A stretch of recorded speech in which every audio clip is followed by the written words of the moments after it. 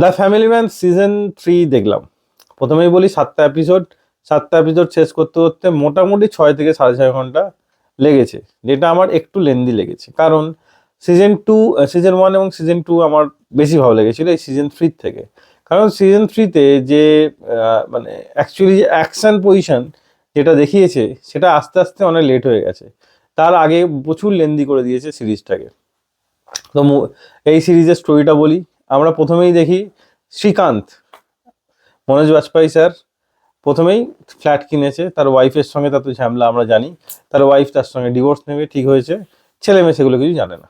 তারা নিজেরা বাড়ি কিনেছে, বাড়ির উদ্ঘাটন হচ্ছে বা বাড়ির পুজো হচ্ছে, পুজোতে সবাই বসে আছে, আমার কিছু ইন্ট্রোডিউস হচ্ছে। তো এখানে দেখানো হয় নর্থ ইস্টের প্রবলেম সলভ করার জন্য, নর্থ ইস্টের যে ওরা যে একটা ল্যান্ড চেয়েছে আমরা জানি, সেটা সলভ করার জন্য পিএম সেখানে চায় যে একটা শান্তি সমঝোতা। তো সেখানে সমঝোতা করার জন্য সুরক্ষা সচিব যাবে এবং কাকে নিয়ে যাবে, আমাদের শ্রীকান্ত বাবুকে। তো শ্রীকান্তকে নিয়ে যাবে ওখানে নিয়ে যাওয়ার পর ওখানে একটা বাইরে লন্ডনের একজন ওখানে অ্যাটাক করাবে। কেন? তার কারণ যদি অ্যাটাক করায় তাহলেই তার ওয়েপেনগুলো পিএম কিনবে এবং তাদের সঙ্গে যুদ্ধ করবে। এবং সেটাই দেখানোর চেষ্টা করা হচ্ছে যে ওখানকার লোকই এদের উপর অ্যাটাক করেছে। ওখানকার লোকই অ্যাটাক করবে এবং সেই সুরক্ষা মন্ত্রীকে মেরে দেবে, সেখানে শ্রীকান্ত বেঁচে যাবে। সে দেখবে অ্যাকচুয়ালি কে অ্যাটাকটা করেছিল। অ্যাটাক করেছিল জয়দেব এলাহাবাদ, যে মেন ভিলেন। তো শ্রীকান্ত সেখানে হসপিটালে ভর্তি থাকবে। তারপর আস্তে আস্তে প্রবলেম সলভ হবে এবং সেই যে মহিলাটি ছিল, যে মহিলাটি বিদেশে বসে আছে, সে কলকাঠি নাচছে এখানে এবং তারা চায় তার ওয়েপেন পিএম কেনে এবং সে নর্থ ইস্টের সঙ্গে যুদ্ধ করে। এই হচ্ছে তার প্ল্যান, সে তার মাস্টার মাইন্ড। ফাইনালি আমাদের শ্রীকান্ত স্যার সেখানে যাবে, আবার গোর্খাল্যান্ডে যাবে, গিয়ে মানে নর্থ ইস্টে আবার যাবে, গিয়ে সেখান থেকে যাদের ওপর দোষ চাপিয়েছিল অ্যাকচুয়ালি তাদেরকে, তারা মায়ানমারে লুকিয়ে থাকবে, তাদেরকে খুঁজবে এবং তাদের সাপোর্ট নেবে।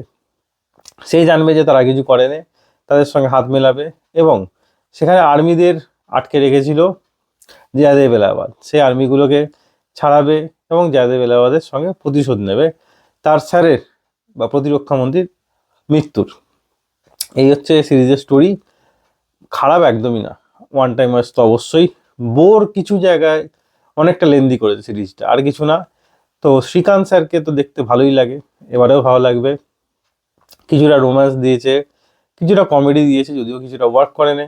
রোম্যান্স হ্যাঁ ঠিকঠাক বলতে পারি। মহিলা যখন জানতে পারে যে শ্রীকান্ত বেঁচে গেছে এবং তাদের বিরুদ্ধে আসতে পারে বা তাদের পেছনে আসতে পারে, তখন সে তার ফ্যামিলির পেছনে পড়ে যায়, তার ফ্যামিলিকে কোণঠাসা করে দেয় এবং শ্রীকান্তকেই তার বসের মৃত্যুর জন্য দায়ী করে। একদম ডিপার্টমেন্টের সবাই তার মৃত্যুর জন্য শ্রীকান্তকেই দায়ী করে। শ্রীকান্তের জন্য অ্যারেস্ট ওয়ারেন্ট হয়, সে তার ফ্যামিলিকে নিয়ে অন্য জায়গায় পালিয়ে যায়, মানে একদম চলে যায় গোরখানে বা নর্থ ইস্টে চলে যায়, সেখানেই সে প্রবলেম সলভ করে। এবং আমরা লাস্টে দেখবো সে মায়ানমার থেকে সব আর্মিদের বাঁচিয়ে জয়দেব এলাহাবাদের সঙ্গে যুদ্ধ করে ফাইনালি সে সেখানেই বসে পড়ছে। তো যদি এন্ডিং এক্সপ্লেনেশনের কথা বলি, এখানে আমরা দেখবো যে মায়ানমার থেকে ফেরার সময় শ্রীকান্ত স্যার বসে পড়ছে মায়ানমারের জঙ্গলে, তার গুলি লেগেছে এবং জয়দেব এলাহাবাদ সেখান থেকে ফিরছে। জয়দেব এলাহাবাদ যেহেতু ভিলেন, সে হয়তো কোনো রকম ইন্ডিয়া চলে আসতে পারবে বলে মনে হয়, কারণ মায়ানমারও তার হাতে আছে।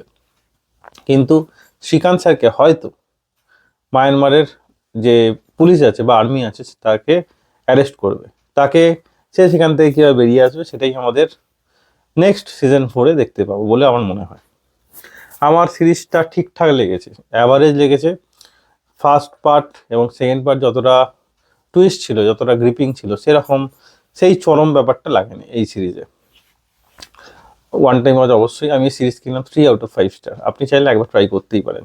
যদি আপনি দেখে থাকেন কীরকম লেগেছে কমেন্টে অবশ্যই জানাবেন এবং আমার সাথে যদি একমত হয়ে থাকেন অবশ্যই চ্যানেলটা সাবস্ক্রাইব করে পাশে থাকা বেল আইকনটি বাজিয়ে দেবেন।